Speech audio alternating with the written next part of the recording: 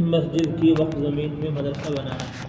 سوال: ایک شخص نے مسجد کے نام مکان کہہ دیا تھا، کمیٹی نے اس مکان سے کرایہ دار کو نکال کر وہاں مدرسہ تعمیر کرانے لگے اور جو کچھ مسجد کی آمدنی تھی وہ ختم ہو گئی، کیا یہ جائز ہے؟ جواب: مسجد کے وقف شدہ مکان پر مدرسہ تعمیر کرا کے مسجد کی آمدنی ختم کرنا جائز نہیں ہے۔ سوال: ویران شدہ مسجد کی جگہ پر مدرسہ بنانا۔ ہمارے یہاں ایک مسجد بالکل مسمار ہو گئی، اب صرف زمین باقی ہے، دوسری کوئی علامت باقی نہیں، لوگ اس زمین کی بے حرمتی کرتے ہیں، تو کیا اس جگہ پر مدرسہ بنا دیا جائے؟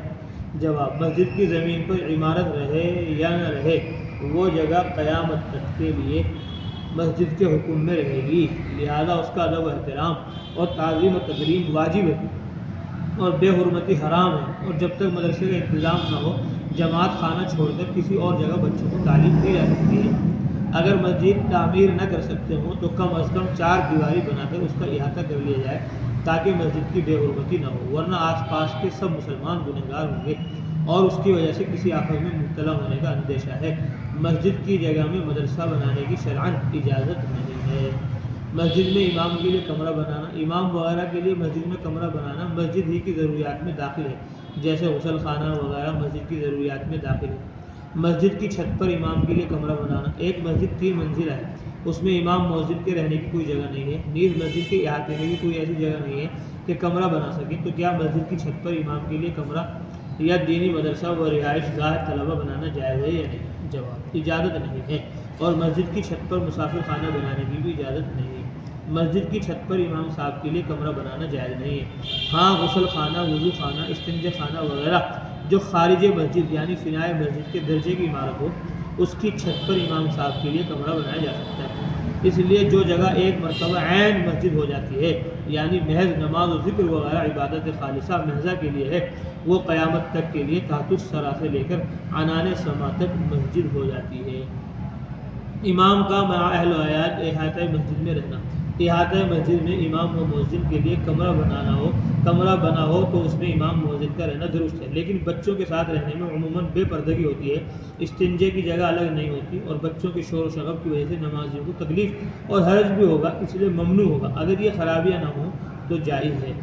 امام کا کمرہ داخل مسجد کر کے اوپر کمرہ بنانا۔ مسجد سے ملا ہوا امام صاحب کا کمرہ ہے جو اس وقت خارج مسجد ہے، مسجد سے باہر ہے، لیکن اب مسجد کی توسیع کا بڑے کرنے کا ارادہ ہے، تو کیا امام صاحب کے کمرے کو نیچے سے مسجد میں شامل کر لیں اور اوپر کے حصے میں رہے تو کیسا ہے؟ اگر اس کمرے کو نماز کے لیے مسجد میں داخل کر کے مسجد قرار دیا جائے تو بالائی حصے پر ایسا کمرہ بنانا درست نہیں جس میں امام صاحب قیام کریں۔ اگر اس کو مسجد بنانا مقصود نہیں، صرف یہ مقصود ہے کہ وقت ضرورت وہاں بھی نمازی کھڑے ہو جایا کریں اور اوپر والے حصے میں امام صاحب رہیں، تو یہ درست ہے۔ امام کا مسجد میں پلنگ بچھا کر لیٹنا۔ سوال: جس مسجد میں امام کے رہنے کے لیے کمرہ نہ ہو تو وہاں امام مسجد میں چارپائی پر لیٹ سکتا ہے یا نہیں؟ جواب: مسجد کے احترام کے خلاف ہے اور دوسروں کے لیے موجب توحش ہے۔ آج کل مسجد میں چارپائی بچھانے کو مسجد کی بے ادبی تصور کیا جاتا ہے، ایسے مسائل میں عرف عام کا لحاظ چاہیے۔ مسجد کی چیزوں کا امام مؤذن کے لیے استعمال کرنا۔ مسجد میں 2 قسم کی چیزیں ہوتی ہیں، پہلی قسم محلے والے دیتے ہیں، وہ اگر امام صاحب کو اپنے کمرے میں استعمال کی اجازت دیں تو درست ہے۔ دوسری قسم منتظمین مسجد کے لیے خریدتے ہیں، اگر وہ اجازت دیں تو ان کی اجازت سے درست ہے۔ امام کا مسجد میں تجارت کرنا۔ مسجد میں جہاں نماز پڑھی جاتی ہے وہاں کپڑا وغیرہ رکھ کر تجارت کرنا مکروہ تحریمی ہے، حرام کے قریب ہے۔ اگر امام صاحب اس سے باز نہ آئے تو وہ علیحدگی کا مستحق ہے، لیکن اگر وہ امام اپنے کمرے میں تجارت کرے یا خارج مسجد تو جائز ہے۔ مسجد کے کمرے میں جانے کا دروازہ مسجد سے علیحدہ باہر سڑک کی طرف سے ہو تو اس میں عورت کے ساتھ رہنا منع نہیں۔ مسجد کا غلہ فروخت کرنے والا ضامن ہے۔ مسجد کا غلہ ایک آدمی نے فروخت کر دیا اور پیسوں کا ذمہ دار فروخت کرنے والا ہو گیا، پیسے آ جائیں گے لیکن خریدار نے پیسے نہیں دیے، تو فروخت کرنے والا مسجد کو قیمت دے اور خریدار سے وصول کرے یا معاف کرے۔ مسجد کے درخت کے پھل کا حکم۔ مسجد کے اندر پھل کا درخت ہے تو کیا یہ پھل کس کے لیے ہے، اور اگر اس مسجد میں تبلیغی جماعت پہنچ جائے تو یہ پھل ان کو کھلا سکتے ہیں یا نہیں؟ جواب: ظاہر ہے کہ وہ درخت مسجد کا ہے، پھل کی قیمت مسجد میں دے دی جائے، پھر جس کو دل چاہے کھلا دیا جائے۔